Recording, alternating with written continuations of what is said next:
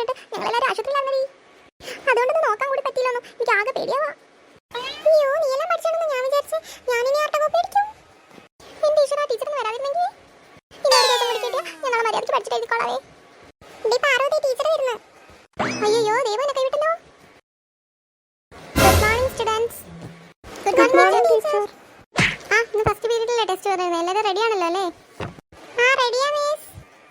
Test paper ആയിട്ടാണോ ആർക്കും മുഖത്തൊരു ഉഷാറില്ലാത്തേ? ഞാൻ ഒരു 5 മിനിറ്റ് കൂടി തരാം. എല്ലാവരും വേഗം ഒന്ന് റിമൈൻഡ് ചെയ്ത് നോക്കിക്കേ. വേഗം ആട്ടെ. Good morning teacher. Good morning.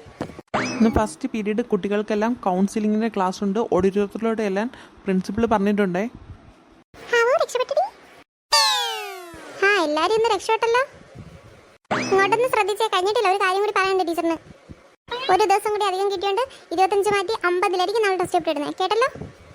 കണ്ണിച്ചോരില്ലാത്ത teacher.